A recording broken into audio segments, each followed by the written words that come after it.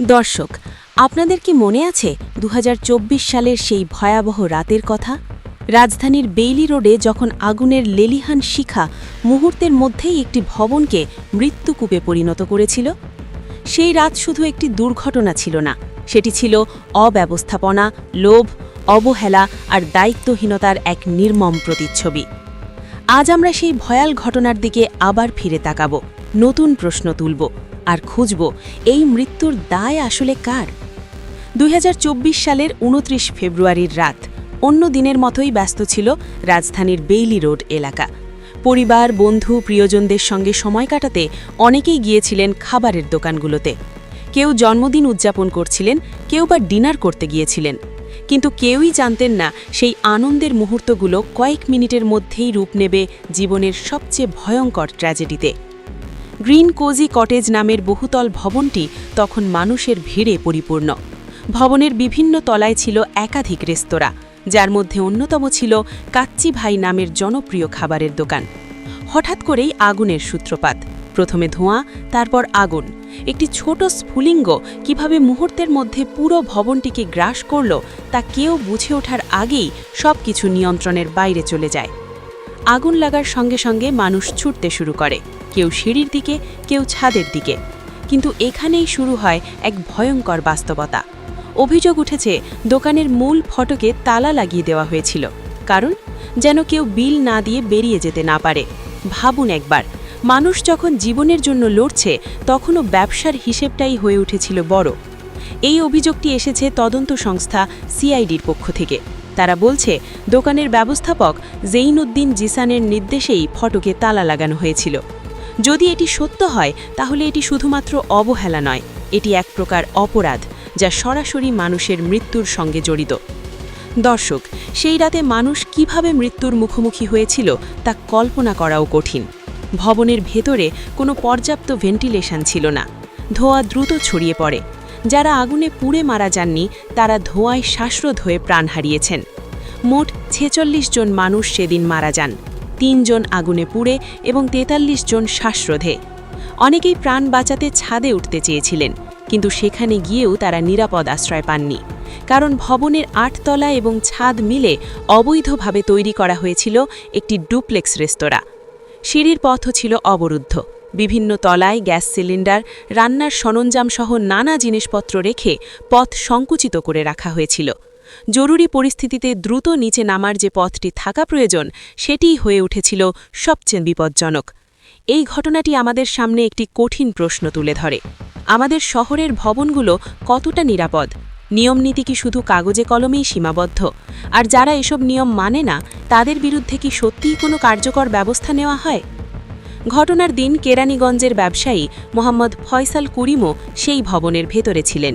তিনি কেনাকাটা করতে গিয়ে আটকা পড়েন।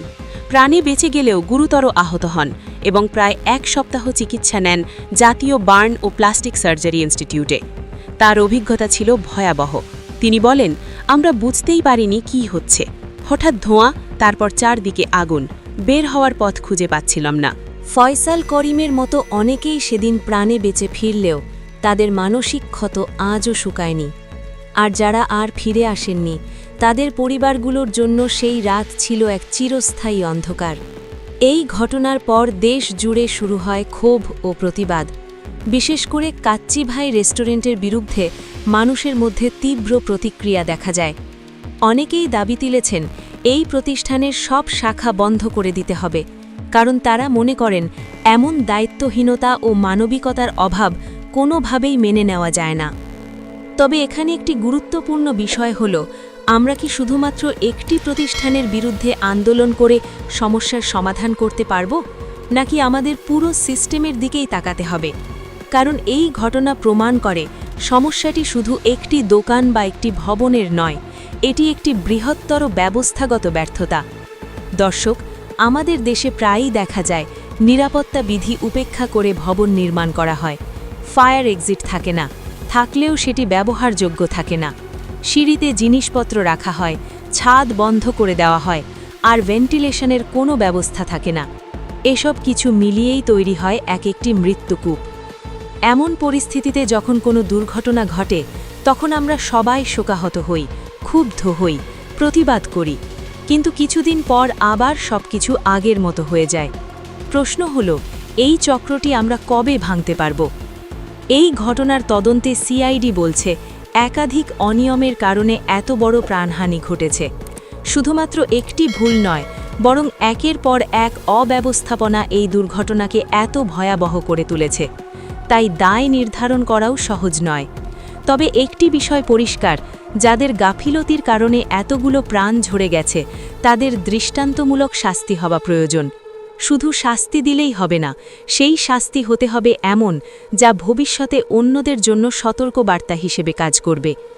দর্শক, আমরা যখন এই ঘটনাটি নিয়ে কথা বলছি, তখন আমাদের নিজেদের দিকেও তাকাতে হবে। আমরা কি সচেতন? আমরা কি কোনো রেস্টুরেন্টে গেলে খেয়াল করি সেখানে ফায়ার এক্সিট আছে কিনা? আমরা কি প্রশ্ন করি এই ভবনটি নিরাপদ কিনা? কারণ সচেতনতা শুধুমাত্র সরকারের দায়িত্ব নয়, এটি আমাদের সবার দায়িত্ব। যদি আমরা নিজেরাই সচেতন না হই, তাহলে এমন দুর্ঘটনা বারবার ঘটতেই থাকবে। এই ঘটনার পর অনেকেই বলেছেন এটি একটি হত্যাকাণ্ডের মতো, কারণ এখানে শুধু দুর্ঘটনা নয়, ছিল অবহেলা, ছিল দায়িত্বহীনতা, আর ছিল মানুষের জীবনের প্রতি চরম উদাসীনতা। আজ আমরা সেই ৪৬ জন মানুষকে স্মরণ করছি যারা আর কখনো ফিরে আসবেন না। তাদের মধ্যে ছিলেন শিশু, নারী, বয়স্ক, সব বয়সের মানুষ। তারা কেউই জানতেন না একটি সাধারণ ডিনার তাদের জীবনের শেষ মুহূর্ত হয়ে উঠবে। তাদের পরিবারের জন্য এই ক্ষতি কখনো পূরণ হওয়ার নয়, কিন্তু আমরা যদি এই ঘটনা থেকে শিক্ষা না নিই, তাহলে এই মৃত্যু আরও অর্থহীন হয়ে যাবে। দর্শক, এখন সময় এসেছে কঠোর সিদ্ধান্ত নেওয়ার। অবৈধ নির্মাণ, নিরাপত্তাহীন ভবন আর দায়িত্বহীন ব্যবসার বিরুদ্ধে জিরো টলারেন্স নীতি গ্রহণ করতে হবে। শুধু কাগজে নয়, বাস্তবেও তা কার্যকর করতে হবে। আমাদের মনে রাখতে হবে, একটি জীবনের মূল্য কোনো ব্যবসার চেয়ে অনেক বেশি। কোনো লাভ, কোনো হিসাব মানুষের জীবনের চেয়ে বড় হতে পারে না। শেষে একটি কথাই বলবো, এই ঘটনা যেন আর কখনো না ঘটে। কোনো মা যেন তার সন্তানকে হারিয়ে কান্না না করে, কোনো পরিবার যেন এক মুহূর্তে নিঃস্ব না হয়ে যায়। এই প্রত্যাশা নিয়েই আজকের প্রতিবেদন শেষ করছি। সবাই সচেতন থাকুন, নিরাপদ থাকুন। ধন্যবাদ। আমরা কি সত্যি এমন একটি সমাজে বাস করতে চাই যেখানে একটি সাধারণ ডিনার জীবন মৃত্যুর প্রশ্ন হয়ে দাঁড়ায়? আমরা কি এমন একটি শহর চাই যেখানে নিরাপত্তা একটি বিলাসিতা, অধিকার নয়? এই প্রশ্নগুলোর উত্তর আমাদেরকেই দিতে হবে, কারণ পরিবর্তন বাইরে থেকে আসে না, এটি শুরু হয় আমাদের ভেতর থেকে। আমরা যদি সচেতন হই, নিয়ম মানতে বাধ্য করি, প্রশ্ন তুলি, তাহলেই পরিবর্তন সম্ভব। দর্শক, এই ঘটনার পর সবচেয়ে গুরুত্বপূর্ণ বিষয় হল শিক্ষা নেওয়া। শুধু শোক প্রকাশ করে থেমে গেলে চলবে না। আমাদের নিশ্চিত করতে হবে ভবিষ্যতে কোনো ভবনে যেন এমন অব্যবস্থাপনা না থাকে। নিয়ম ভাঙলে যেন সঙ্গে সঙ্গে ব্যবস্থা নেওয়া হয়। এছাড়া জরুরি পরিস্থিতিতে কিভাবে নিজেকে রক্ষা করতে হয়, এই বিষয়েও মানুষের মধ্যে সচেতনতা বাড়াতে হবে।